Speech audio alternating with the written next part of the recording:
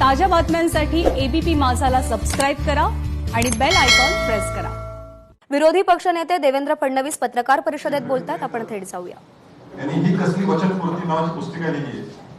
मी माननीय देवेंद्र विनंती करतो की त्यांच्या पुस्तकाचे प्रकाशन करावे। वर्षपूर्ती झाली पण वचनपूर्ती नाही। वर्षपूर्ती झाली पण वचनपूर्तीचे काय?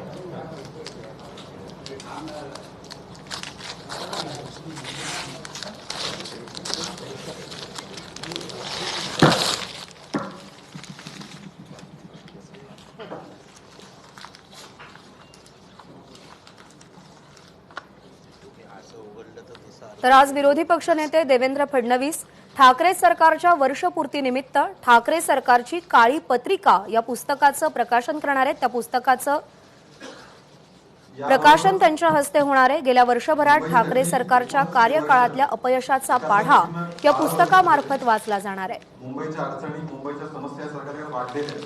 त्यानिमित्त अतुल भटकळकर, मधुकर दोडाजेंनी लिहिलेली पुस्तिका। तर आज महाविकास आघाडी सरकार स्थापन होऊन वर्षपूर्ती झाली आहे आणि या वर्षभराच्या काळामध्ये महाविकास आघाडी सरकारच्या अनेक गोष्टींवर भाष्य करण्यासाठी भाजपनं पत्रकार परिषदा घेण्याचं ठरवलेलं आहे, योजलेलं आहे आणि त्याची सुरुवात आज विरोधी पक्षनेते देवेंद्र फडणवीस यांच्या पत्रकार परिषदेपासून होती आहे।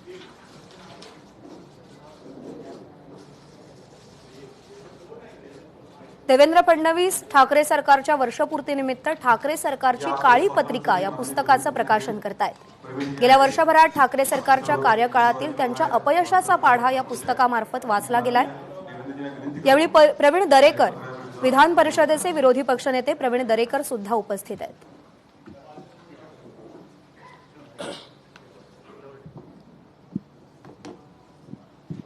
आपल्या सर्वांचे या पत्रकार परिषदेमध्ये मी स्वागत करतो। आज महात्मा ज्योतिबा फुले यांची पुण्यतिथी आहे। त्यांना मी विनम्र अभिवादन करतो। खरं तर श्री उद्धवजी ठाकरे यांच्या नेतृत्वातील महाआघाडी सरकारला 1 वर्ष पूर्ण झालं आणि त्यांच्या 1 वर्षाच्या कामाची कार्यपुस्तिका ही म्हणजे काल आलेले न्यायालयाचे 2 निर्णय आहेत। खरं म्हणजे श्री अर्णव गोस्वामी असतील किंवा कंगना रणावत असतील, यांच्या सगळ्या विचारांशी आम्ही सहमत नाही, परंतु लोकशाहीमध्ये सरकार विरोधी विचार मांडल्यानंतर ते चिरडून टाकू या वृत्तीशी आम्ही बिलकुलच सहमत नाही। आणि ज्या प्रकारची चपराक या सरकारला काल सर्वोच्च न्यायालयाने आणि उच्च न्यायालयाने या ठिकाणी दिली आहे, यानंतर तरी हे सरकार जागं होईल का की आता सर्वोच्च न्यायालय आणि उच्च न्यायालयाला देखील तुम्ही महाराष्ट्र विरोधी ठरवणार आहात, हा सवाल आता विचारण्याची आवश्यकता आहे। महाराष्ट्रद्रोही असं उच्च न्यायालय आणि सर्वोच्च न्यायालयाला या सरकारने ठरवलं नाही म्हणजे फार चांगलं झालं असं आम्ही समजू। आज आपण बघू शकतो की श्री अर्णव गोस्वामी यांच्या प्रकरणात अतिशय हार्ड हिटिंग अशा प्रकारचा निर्णय हा सर्वोच्च न्यायालयाने दिला आहे आणि त्यात सर्वोच्च न्यायालय म्हणतं व्यक्ती स्वातंत्र्य ही संविधानातील अतिशय मौल्यवान बाब आहे। एखाद्या व्यक्तीची स्वतंत्रता ही एक दिवस जरी धोक्यात येत असेल तर ती अनेक दिवसांसाठी धोक्यात आली असे म्हणावे लागेल। या पुढचं महत्त्वाचं आहे, अर्णवला यासाठी लक्ष्य करण्यात आले की त्यांनी टीव्हीवर जी मते व्यक्त केली होती ती सरकारी यंत्रणेसाठी अडचणीची होती। फौजदारी कायदे हे कुठल्या व्यक्तीचा निवडून छळ करण्यासाठी शस्त्र म्हणून कधी वापरायचे नसतात. कायदा हा कुठल्याही व्यक्तीला लक्ष्य करण्यासाठी नसतो. या व्यतिरिक्त अनेक गोष्टी या ठिकाणी या निर्णयामध्ये दिलेल्या आहेत, ज्या सरकारच्या कृतीला आणि सरकारच्या डोळ्यामध्ये झणझणीत अंजन घालणाऱ्या अशा प्रकारच्या या सगळ्या बाबी या ठिकाणी आपल्याला पाहायला मिळत आहेत. दुसरं, कंगना रनौत यांचं जे प्रकरण आहे त्यामध्ये देखील महानगरपालिका आणि पर्यायाने राज्य सरकार आणि राज्य सरकारचे नेते यांच्यावर घणाघाती टीका ही या ठिकाणी करण्यात आली आहे. कंगनाच्या घराची तोडफोड करण्याची कृती ही अप्रामाणिक होती.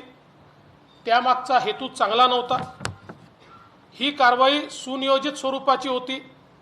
तिचे ट्विट्स आणि वक्तव्य पाहून ती करण्यात आली. तिच्या घरात कारवाई करण्यात आलेली कारवाई ही अनधिकृत होती. तिला कोणताही कायदेशीर मार्ग वापरता येऊ नये हे सुनिश्चित करण्यात आले. मार्ग असा पत्करण्यात आला की तिच्याकडे कोणताही पर्याय राहू नये आणि जे काही आहे ते स्वीकारण्याशिवाय पर्याय असू नये. फेट अकम्प्ली असा शब्द वापरण्यात आला आहे. एखाद्या व्यक्तीच्या मूलभूत हक्कांचा सन्मान न करण्याचा प्रयत्न अशीच महापालिकेची कारवाई म्हणता येईल. कंगनाला नोटीस जारी करण्यापासून ते बांधकाम पाडण्यापर्यंत संपूर्ण कारवाई अप्रामाणिक आणि अशुद्ध हेतूने होती. म्हणूनच अतिक्रमण पाडण्याचा मुंबई महापालिकेचा आदेश आम्ही रद्द करीत आहोत. श्री संजय राऊत यांची वागणूक एखाद्या संसद सदस्याला शोभून दिसणारी नाही. 9 मार्चपर्यंत नुकसान किती झाले याची माहिती न्यायालयाला सादर करावी. त्यानुसार आम्ही नुकसान भरपाईचा आदेश पारित करू. म्हणजे आपण हे दोन्ही निर्णय जर बघितले तर अक्षरशः सरकारी तंत्राचा गैरवापर, आणि एवढंच नाही आहे, अनेक RTI कार्यकर्त्यांवर, अनेक जे सोशल मीडियावर ॲक्टिव्ह आहेत अशा लोकांवर सरकारच्या विरोधात बोलाल तर आम्ही तुम्हाला जेलमध्ये टाकू, ही जी दमनकारी नीती आहे ही यातनं स्पष्ट झाली आहे. आणि ती सर्वोच्च न्यायालय आणि उच्च न्यायालयाने देखील या ठिकाणी पूर्णपणे स्पष्ट केली आहे. आणि आमची तर मागणी आहे की आता हे स्पष्ट दोन्ही निकाल आल्यानंतर सरकार कोणावर कारवाई करणार आहे हे सरकारने स्पष्ट केलं पाहिजे. कोणावर कारवाई करणार आहे? गृहमंत्र्यांवर होणार की मुख्यमंत्री याच्याकरता माफी मागणार? अशा प्रकारची कारवाई झाल्याबद्दल ते तर मागणार नाहीत, आम्हाला माहिती आहे. की ज्या अधिकाऱ्यांनी नियमबाह्य जाऊन अशा प्रकारची कारवाई केली त्यांच्यावर कारवाई करणार हे देखील आता या ठिकाणी स्पष्ट झालं पाहिजे. खरं तर महाविकास आघाडीला 1 वर्ष पूर्ण झालं. या 1 वर्षामध्ये या सरकारची अचीवमेंट काहीच नाही. खरं तर 1 वर्षपूर्तीच्या निमित्ताने माननीय मुख्यमंत्र्यांनी सामनाला मुलाखत दिली.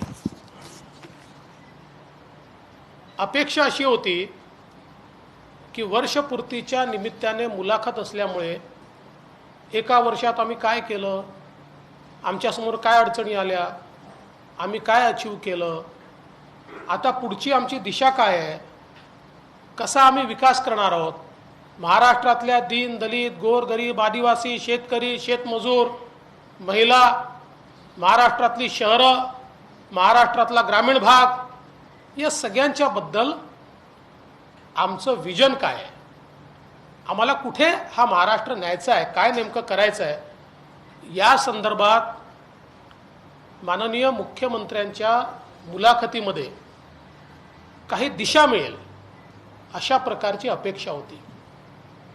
परंतु दुर्दैवाने मुख्यमंत्र्यांची मुलाखत ही केवळ टीका टिप्पणीमध्ये केली. आणि आश्चर्य आहे, महाराष्ट्राच्या इतिहासात इतके धमकावणारे मुख्यमंत्री मी यापूर्वी पाहिले नव्हते. असं कधी होत नव्हतं. म्हणजे मुख्यमंत्री संयमी आहेत असं मी ऐकलं होतं आणि गेल्या 5 वर्षात अनुभवलं होतं. पण मग ते दसऱ्याचं भाषण असो की कालची मुलाखत असो, मुख्यमंत्र्याच्या खुर्चीवर बसणाऱ्या व्यक्तीला शोभणारं वक्तव्य हे त्यांनी केलेलं नाही. हे शोभणारं वक्तव्य नाही आहे. तुम्ही संवैधानिक पदावर बसले आहात, संविधानाची शपथ घेतली आहे, कोणाच्याही विरुद्ध राग किंवा द्वेषाच्या शिवाय मी कारवाई करीन हा शपथेचा भाग आहे. अनुराग या द्वेष के बिना, राग किंवा द्वेषाच्या शिवाय ही जी शपथ घेतली आहे या शपथेचं पालन करताना कुठेही मुख्यमंत्री दिसत नाहीत. आणि कालच्या मुलाखतीमध्ये विकासावर चर्चा नाही आहे, महाराष्ट्र कुठल्या दिशेला जाईल याच्यावर चर्चा नाही आहे. याच्या मागे हात धुवून लागू, त्याच्या मागे पाय धुवून लागू, याची खिचडी करू, त्याचा खिमा बनवू, हे कुठले शब्द आहेत? म्हणजे असं आहे की अशा प्रकारचं भांडण हे नाक्यावर होतं. हे वर्षपूर्तीच्या निमित्ताने होत नाही. मुख्यमंत्र्यांनी एक गोष्ट लक्षात घेतली पाहिजे की अशा प्रकारे चिरडण्याची भाषा ही ज्यांनी ज्यांनी केली ते फार काळ टिकले नाहीत. आणि या देशात तर लोकशाही आहे. लोकशाहीची मूल्य, एक बरं झालं की त्यांची मुलाखत एक दिवस आधीच झाली होती. कालच्या जे काही निर्णय आले आहेत त्या निर्णयानंतर जर ही मुलाखत झाली असती तर कदाचित कंटेम्प्ट ऑफ कोर्टच झाला असता. कारण सर्वोच्च न्यायालय आणि उच्च न्यायालय तुमच्याबद्दल इतकी जबरदस्त टिप्पणी करते आणि तुमची मुलाखत तीच आहे. त्यामुळे मला असं वाटतं, मी ही कुठल्याही मुख्यमंत्र्याची मुलाखत मानत नाही आणि त्यामुळे त्याला उत्तर देणं किंवा त्याच्यावर टिप्पणी करणं हे देखील मला असं वाटतं की योग्य नाही आहे. कारण ती त्या लायकीचीच नाही आहे. ती त्या लायकीचीच नाही आहे. माझी अपेक्षा आहे असं आहे की तुम्हाला, ते म्हणतात ना 5 वर्ष राज्य चालवणार आहे, जरूर चालवा. 5 वर्ष नक्की तुम्ही चालवा, काही आमची हरकत नाही आहे. पण या 5 वर्षात नुसत्या धमक्या देऊ नका. गव्हर्नन्स दाखवा ना. 1 वर्ष तर तुमचं गेलं. गव्हर्नन्स कुठे आहे? वेर इज गव्हर्नन्स? या 1 वर्षात गव्हर्नन्स हा कुठेही पाहायला मिळालेला नाही. खरं तर हे सरकार जे आलं तेच मुळात विश्वासघातातनं आलं. विश्वासघातातनं, आणि तो आमचा सोडून द्या, आम्ही फार छोटे लोक आहोत. जनतेचा विश्वासघात करून हे सरकार आलंय. जनतेचा विश्वासघात. कारण तुम्ही एका पक्षासोबत युती करून मतं मागता, मोदीजींच्या नावाने मतं मागता, मोदीजींचा चेहरा समोर ठेवून त्या ठिकाणी मतं मिळवता आणि त्यानंतर विरोधकांची हातमिळवणी करता. आणि म्हणून हे सरकार विश्वासघातातनं आलेलं सरकार आहे. आणि आल्यानंतर गेल्या 1 वर्षातली उपलब्धी काय आहे? 1 वर्षातली उपलब्धी यांची केवळ स्थगिती आहे. वेगवेगळ्या विकास कामांना स्थगिती देणं याच्या व्यतिरिक्त दाखवण्यासारखं या सरकारमध्ये काही नाही आहे. आणि आमचं स्पष्ट मत आहे, आरे कारशेड या संदर्भात तर मुंबई भाजपा यातलं सत्य हे मुंबईतल्या प्रत्येक व्यक्तीपर्यंत पोहोचवणार. काही अधिकारी आपल्या फायद्याकरता मुख्यमंत्र्यांचा इगो मसाज करतायत आणि मुख्यमंत्र्यांची दिशाभूल करतायत. आणि त्यातनं आरे कारशेड सारखे निर्णय जे मुंबई विरोधी निर्णय आहेत, मुंबईच्या सामान्य माणसाच्या विरोधातले निर्णय आहेत आणि सर्वोच्च न्यायालयाने दिलेल्या निर्णयाच्या विरोधातले निर्णय आहेत. त्यामुळे या संदर्भात मुंबईतल्या प्रत्येक व्यक्तीपर्यंत याचं सत्य हे आम्ही एका छोट्याशा पुस्तिकेच्या माध्यमातून पाठवणार आहोत आणि या सरकारने कसं मुंबईकरांना या ठिकाणी मेट्रोपासून दूर ठेवलं ते देखील आम्ही सांगणार आहोत. आता आपण बघा, या ठिकाणी जलयुक्त शिवार स्थगित, सरपंचाची थेट निवडणूक स्थगित, बाजार समित्यांमध्ये शेतकऱ्यांचा मतदानाचा अधिकार स्थगित, शिक्षकांच्या ऑनलाईन बद्द्या स्थगित, सारथी बंद, आरे कारशेड मी सांगितलं. यादी इतकी मोठी आहे, माझ्याकडे 2 पानाची यादी आहे की ज्याच्यावर निव्वळ स्थगिती या सरकारने दिलेली आहे. आणि दुसरीकडे कोरोनाच्या काळामध्ये, कोरोनाच्या हाताळणीमध्ये हे सरकार सपशेल अपयशी झालं. ही तर खरोखर मी असंच म्हणतो की ईश्वराचे आशीर्वादच म्हणावेत की दुसरी वेव ही देशात आणि महाराष्ट्रात काही भागातच दिसते आहे, ती अजून महाराष्ट्रात दिसत नाही आणि ती येऊ नये अशीच आपली इच्छा आहे. पण हे सांगतात की आम्ही महाराष्ट्रात कोरोना थोपवला.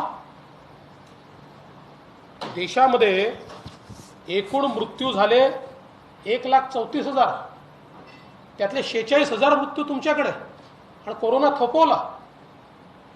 देशातल्या सर्वात जास्त कोरोनाचे पेशंट्स हे महाराष्ट्रात, आणि कोरोना थोपवला.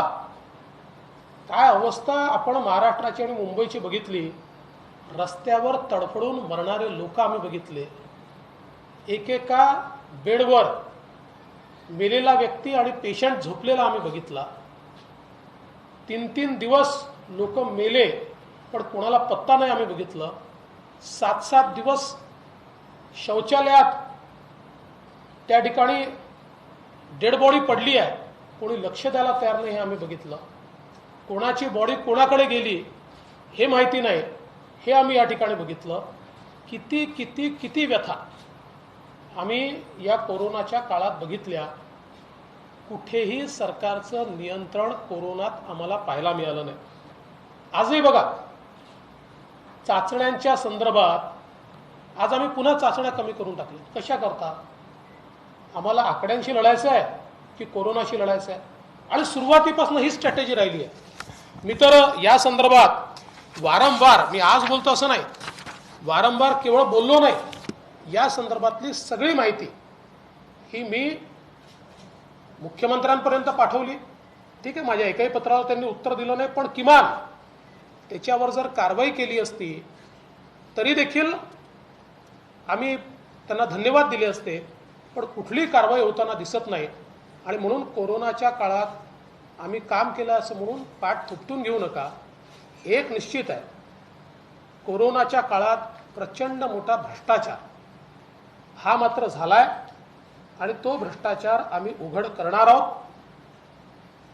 अक्षरशः कोरोनाच्या नावाने जी काही लूट या ठिकाणी झाली आहे ती आम्ही निश्चितपणे समोर आणणार आहोत. आज आपण बघा, राज्यामध्ये गेल्या वर्षभरात शेतकऱ्यांसमोर प्रचंड प्रश्न आले.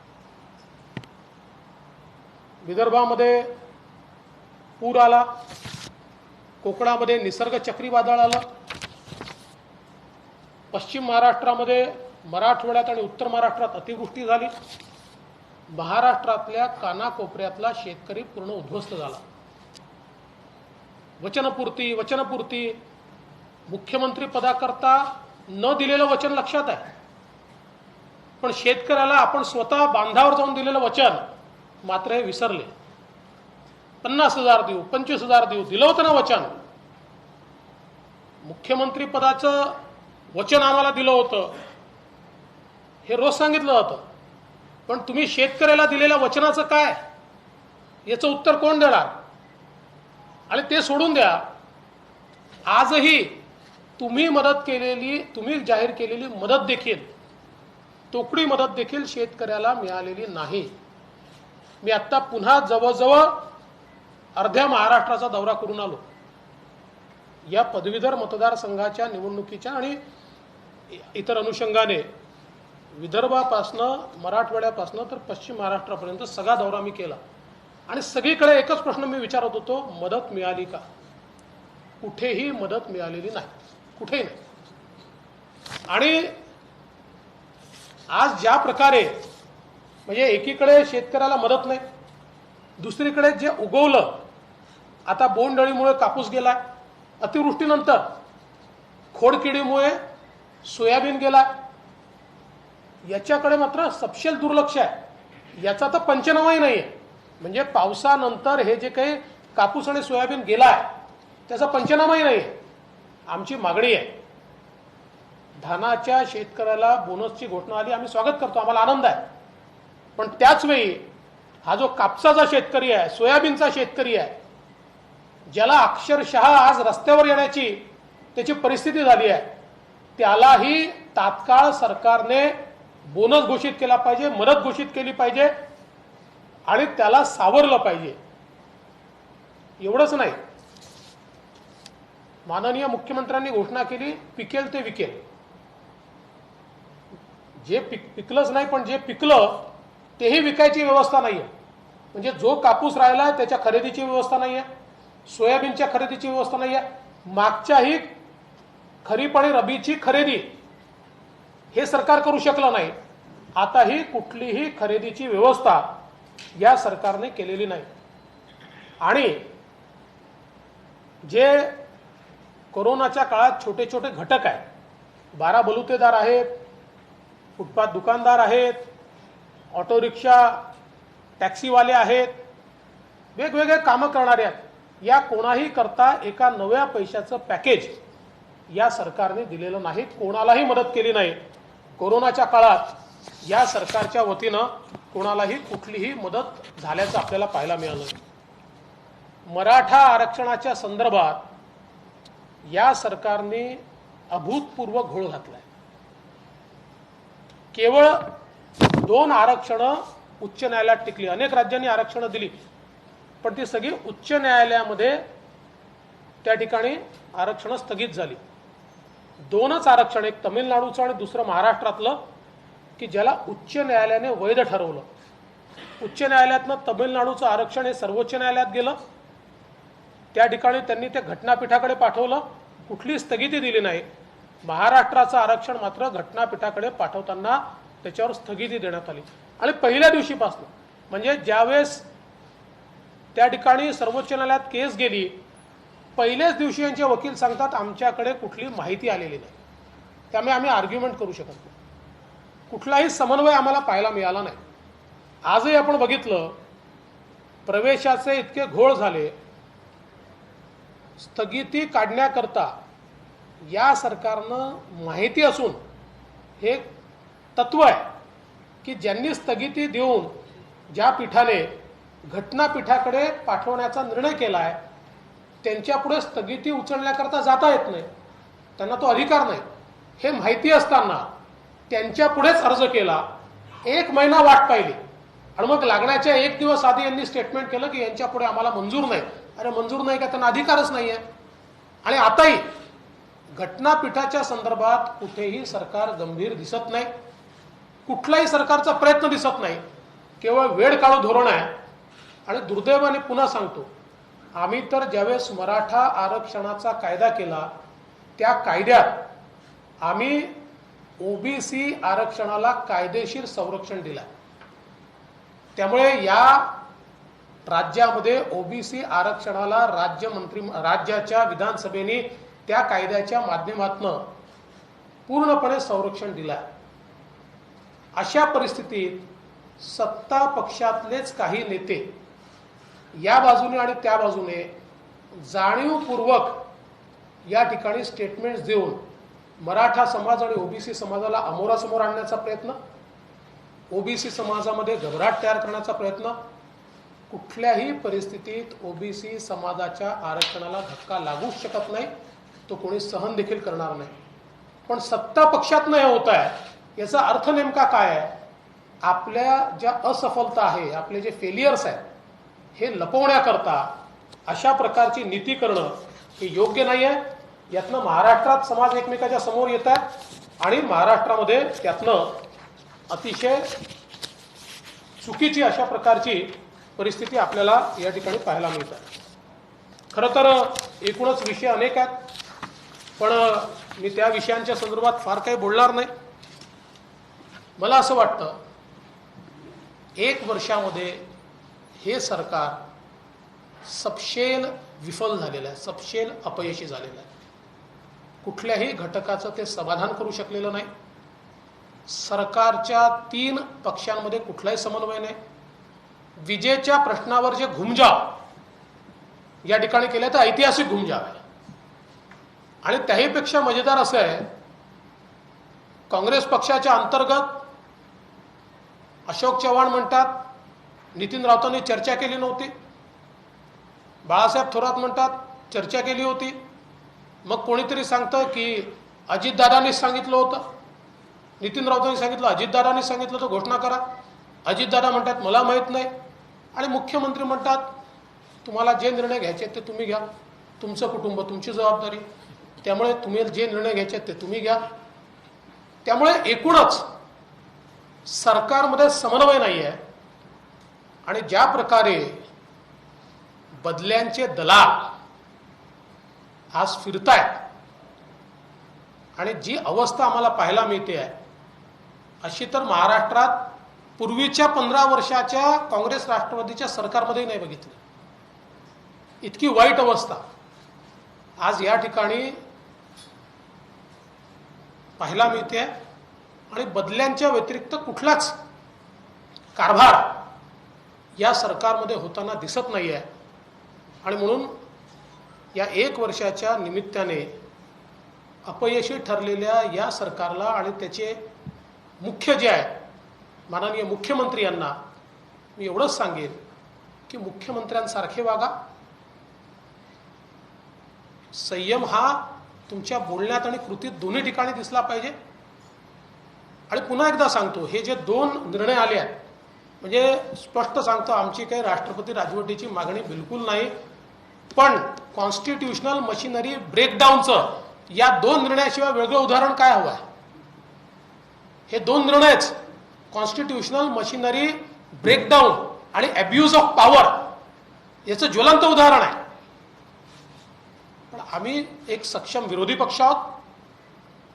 विरोधी पक्षामध्ये आम्हाला जी भूमिका दिली आहे त्या भूमिकेचं आम्ही नीट पालन करू आणि महाराष्ट्रातल्या जनतेला न्याय मिळवून देण्याकरता आम्ही निश्चितपणे या ठिकाणी आवश्यकता असेल तेव्हा रस्त्यावर उतरू. आमच्या कितीही तक्रारी माननीय मुख्यमंत्र्यांनी पंतप्रधान महोदयांकडे केल्या तरी देखील आम्ही जनतेला उत्तरदायी आहोत. त्यामुळे रस्त्यावर उतरावंच लागेल. तुमचा नाकर्तेपणा आहे म्हणून आम्हाला उतरावं लागतं.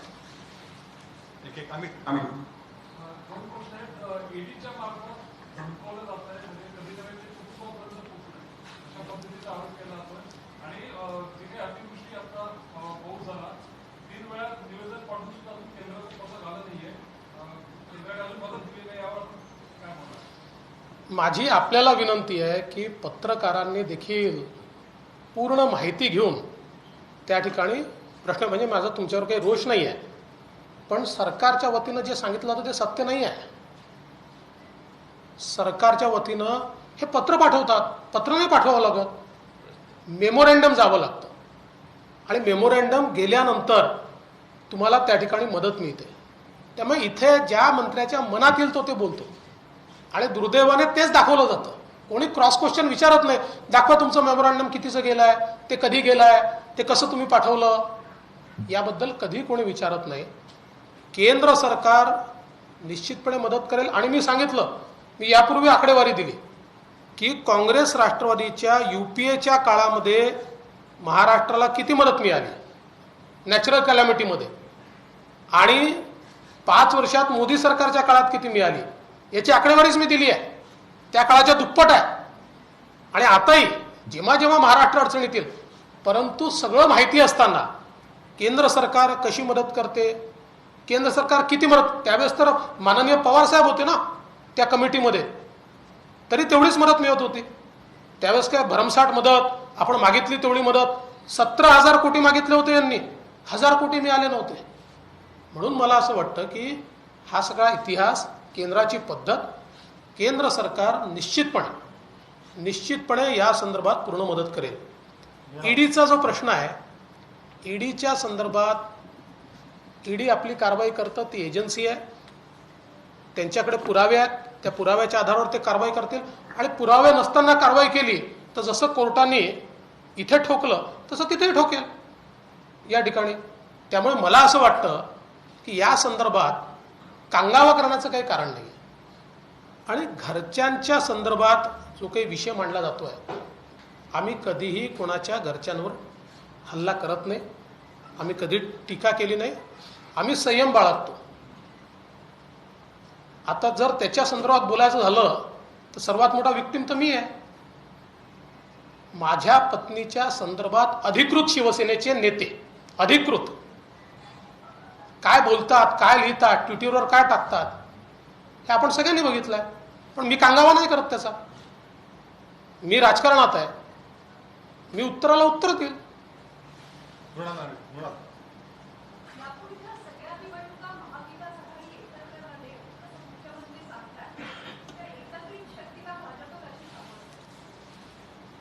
ते कितीही एकत्र आले तरी शेवटी जनतेला या ठिकाणी त्यांचं सरकार कसं चाललंय हे जनतेने बघितलेलं आहे.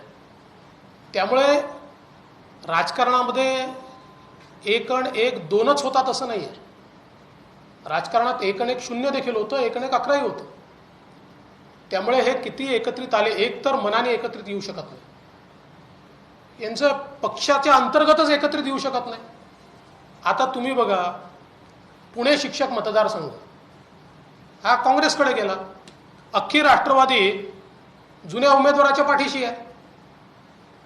तीच परिस्थिती इतर ठिकाणी देखील आहे. त्यामुळे हे अनैसर्गिक युती आहे, नैसर्गिक युती नाही आहे. त्यामुळे एकत्रित येऊ शकत नाही. पण आम्हाला एका गोष्टीचा आनंद आहे की भारतीय जनता पक्षाची दहशत यांच्या मनात आता इतकी तयार झाली की हे लोकल बॉडीच्या निवडणुका देखील एकत्रित लढण्याच्या गोष्टी करून राहिले. आमची शक्ती वाढते. दिनेश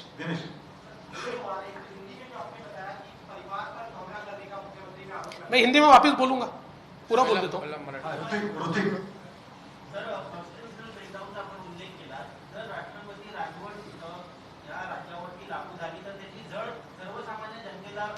तुम्ही माझं वाक्य ऐकलं नाही. हा प्रश्नच विचारला नसता. मी म्हटलं राष्ट्रपती राजवट लावण्याची आमची मागणी नाही.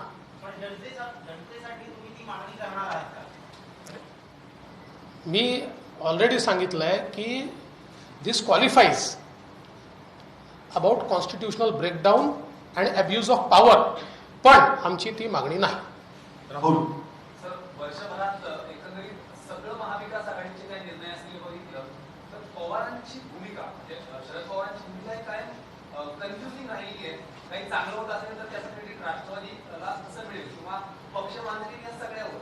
तर एकंदरीत या वर्षभरात तुम्ही कसं बघताय, या तिन्ही पक्षांमध्ये सर्वाधिक जास्त नुकसान जर कोणाचं झालं असेल तर तुम्ही कसं बघताय? नुकसान कोणाचं झालं हे त्यांनी ठरवायचं आहे. राजकीय पण सगळ्यात जास्त नुकसान या 3 पक्षाच्या कारभारामध्ये महाराष्ट्राचं झालंय, महाराष्ट्राच्या जनतेचं झालंय. आणि पवार साहेब हे अत्यंत मातब्बर नेते आहेत. या संपूर्ण 3 पक्षीय युतीचा उपयोग आपला पक्ष वाढवण्याकरता कसा करायचा हे त्यांना नीट माहिती आहे. त्यामुळे ते योग्य तो उपयोग करतायत. मला वाटतं सगळे प्रश्न झाले. एक शब्द हिंदी कोण? सर, कोविड की जो आपने बात की तो आपने ऐसे कुछ सजेशन दिए थे कि गवर्नमेंट को भी एज अ रिस्पॉन्सिबल ऑपोजिशन, क्या आपने ऐसे सजेशन दिए थे कि आपने अलग क्या किया होता, या फिर जैसे आपने बोला कि कोविड के टाइम में पूरा ही फेल हो गया गवर्नमेंट, तो ऐसा क्या अलग कर सकते थे, और आपने ऐसे क्या सजेशन दिए? देखिए, मैंने उस वक्त जो आवश्यक थे, मैंने केवल कोविड के ऊपर 100 से ज़्यादा सजेशन दिए, पत्र दिए हैं 100 से ज़्यादा. जैसे जब रेट ऑफ इन्फेक्शन 19% था, उस समय मैं लगातार ये कह रहा था कि इसका मतलब there is not enough testing, आप ज़्यादा टेस्टिंग कीजिए. ये मैं बार बार बता रहा था, लेकिन सरकार आंकड़ों से जूझ रही थी. ऐसे कई मेरे पत्र पब्लिक डोमेन में है, मैंने सारे ट्वीट किए हुए हैं. आप देख सकते हैं। इसीलिए मैंने कहा कि जो करना चाहिए वो सरकार ने नहीं किया। मध्यंतरी पुस्तक प्रकाशन जेव्हा उल्लेख झाला होता की मराठा महिला मुख्यमंत्री व्हायला आवडेल किंवा बघायला आवडेल असं तुमच्या पक्षाच्या एका नेत्यांनी केलं, तर आपण कसं बघताय? आमच्या पक्षाचे नेते आशिष शेलार हे पुस्तक प्रकाशनाच्या वेळेस जे बोलले ते कुठल्या कॉन्टेक्स्टमध्ये बोलले हे त्यांनी दुसऱ्या दिवशी पुण्याच्या पत्रकार परिषदेमध्ये अतिशय स्पष्ट सांगितलेलं आहे। आमच्या पक्षात कोणाच्या मनात कन्फ्युजन नाही आहे, काळजी करू नका। आपने कहा कि कंगना रनौत मैटर में कोर्ट ने किस तरह फटका लगाई है बीजेपी को, सरकार को लगता है कि महाराष्ट्र में रास्ता लगाने की जरूरत पड़ेगी और किस तरीके से उन्होंने कांग्रेस पावर का यूज किया। ये देखिए, कुल मिलाकर दोनों मतलब सुप्रीम कोर्ट का जजमेंट और हाई कोर्ट का जजमेंट, ये दोनों हम देखें तो क्वालिफाई करता है एब्यूज ऑफ पावर और एक प्रकार से क्वालिफाई भी करता है कि कॉन्स्टिट्यूशनल मशीनरी का ब्रेकडाउन है। जिस प्रकार से दोनों जजमेंट्स में बात कही गई है, लेकिन बावजूद इसके हमारी ऐसी मांग नहीं है कि यहाँ पर राष्ट्रपति शासन लगाया जाए। मुख्यमंत्री ने जिस तरह से धमकियां दी है उसका आप विरोध कर रहे हैं। आपने कहा कि आपके परिवार को भी व्यक्तिगत तौर पर टारगेट किया जाए। अगर शिवसेना के नेता अगर निचले स्तर पर जाते हैं तो क्या बीजेपी के नेताओं को भी किसी परिवार के सदस्य को टारगेट करना चाहिए? एक दूसरा सवाल है, लॉ का मुद्दा बीजेपी ने महाराष्ट्र में उठाया था। उन्होंने कहा कि गोवंश हत्या को लेकर पूरे देश में लागू की जाए, क्या आप उसका समर्थन करते हैं? देखिए, पहली बात तो यह है कि भारतीय जनता पार्टी ये मानती है कि व्यक्तिगत रूप से किसी के भी परिवार को टारगेट नहीं किया जाना चाहिए, लेकिन परिवार से अगर कोई राजनीति में है तो उसके ऊपर राजनीतिक प्रश्न तो उठाए जाएंगे, व्यक्तिगत प्रश्न नहीं उठाए जा सकते। लेकिन परिवार के जो लोग राजनीति में नहीं है, साधारणतः अगर वो कोई बहुत क्रिमिनल एक्ट करते तो अलग बात है, अदरवाइज उनको टारगेट करना ये बिल्कुल गलत है और ऐसा हमारे यहाँ कभी होता नहीं है। दूसरा, गो हत्या बंदी कानून ये जो महाराष्ट्र में हमने भी बनाया, देखिए directive principles of state policy में संविधान में ये कहा गया है कि राज्य गो हत्या का कानून बनाएंगे। ये राज्य की जिम्मेदारी है, जिन राज्यों को लगता है उन राज्यों ने उसको बनाया है। और मुझे आश्चर्य लगता है, देखिए परिस्थितियाँ कैसी बदली कि आजकल संजय राउत साहब कहते बिहार कानून बनाएगा तो महाराष्ट्र कानून बनाएगा, और मुख्यमंत्री जी कहते हैं कि बंगाल ने जो किया वो हम करेंगे। तब बिहार और बंगाल का फॉलो करना पड़ेगा महाराष्ट्र को, तो ये तो बड़ी महाराष्ट्र की शान बढ़ रही है भाई साहब। तर काल उद्धव ठाकरेंनी म्हणजे एकंदरीत वर्षभरातली शिवसेनेची बदललेली भूमिका, जसं की लव्ह जिहादचा कायदा युपीमध्ये होतोय, एमपीमध्ये होतोय, काल त्यांनी असं म्हटलं की भाजपचं हिंदुत्व आता बदलले। एकंदरीत शिवसेनेची आतापर्यंतची भूमिका आणि या सगळ्या संदर्भात कसं बघताय? भाजपचं हिंदुत्व बदललेलं नाही, तुम्ही हिंदुत्व सोडलाय। आणि काय शब्द आहे हो, हिंदुत्व काय धोतर आहे का सोडण्याकरता? असं हिंदुत्वाबद्दल बोलू शकता? आणि मग हिंदुत्व जर धमन्यांमध्ये वाहतं तर स्वातंत्र्यवीर सावरकरांना रोज शिव्या देणारे आणि तुमच्या सत्तेत असताना या महाराष्ट्रामध्ये त्यांच्या विरुद्ध लिहून अतिशय खालच्या स्तरात त्यांच्याबद्दल लिखाण करणारे त्यांच्या मांडीला मांडी लावून बसताय, हे तुमच्या धमण्यातलं हिंदुत्व। गुपकर सोबत जी काँग्रेस गेली त्या ठिकाणी काय त्यांचा अजेंडा आहे? चीनच्या मदतीने आम्ही पुन्हा एकदा भारतामध्ये 370 काश्मीरला लागू करू आणि भारताचा तिरंगा झेंडा लागू देणार नाही, काश्मीरचा झेंडा लागला पाहिजे, हा ज्यांचा अजेंडा आहे त्यांच्यासोबत मांडीला मांडी लावून बसताय। आम्हाला हिंदुत्व शिकवता, कसलं हिंदुत्व आहे तुमचं? हिंदुत्व तुम्ही सोडलाय। सर, इन फ्यूचर कभी ऑप्शन रहा या आप कभी ऐसा कुछ सोच सकते कि एनसीपी या शिवसेना के साथ सरकार बना सकते हैं? राजनीति में ऐसे ऑप्शंस पे विचार नहीं किया जाता। सर आपने सामना वाले इंटरव्यू में बोल दिए, सामना वाले जिस तरीके से आपने कहा है कि देखिए, इस सरकार को 1 साल पूरा हुआ और 1 साल की इस सरकार की उपलब्धि अगर कुछ होगी तो हमारी सरकार ने शुरू किए हुए कामों को स्टे देना। इसके सिवाय इस सरकार ने 1 साल में कोई काम नहीं किया। आज किसानों के ऊपर बहुत बड़ा संकट है। पूरे महाराष्ट्र में कहीं पर चक्रवात के कारण, कहीं पर असमय बारिश के कारण, कहीं पर बाढ़ के कारण किसानों की फसल पूरे तरीके से खत्म हो गई। जो मुख्यमंत्री जी कहते थे हमको मुख्यमंत्री बनाने का वचन दिया, वो वचन तो उनको याद रहा, लेकिन उन्होंने किसानों तक जाकर जो वचन दिया था कि आपको 50,000 रुपये और 25,000 रुपये हेक्टेरी हम मदद करेंगे, वो वचन मुख्यमंत्री भूल गए और किसानों को हाशिए पे छोड़ दिया गया। ये परिस्थिति एक साल में महाराष्ट्र के हमको दिखाई पड़ती है और एक अघोषित आपातकाल महाराष्ट्र में दिखाई पड़ता है। जिस प्रकार से कल 2 जजमेंट्स ये हमने देखे, सुप्रीम कोर्ट का जजमेंट अर्णब गोस्वामी के मामले में और हाई कोर्ट का जजमेंट कंगना रणावत के मामले में, भले तर महाविकास आघाडी सरकारला वर्षपूर्ती झाली आणि त्यानिमित्तानं देवेंद्र फडणवीस यांनी पत्रकार परिषद घेतली।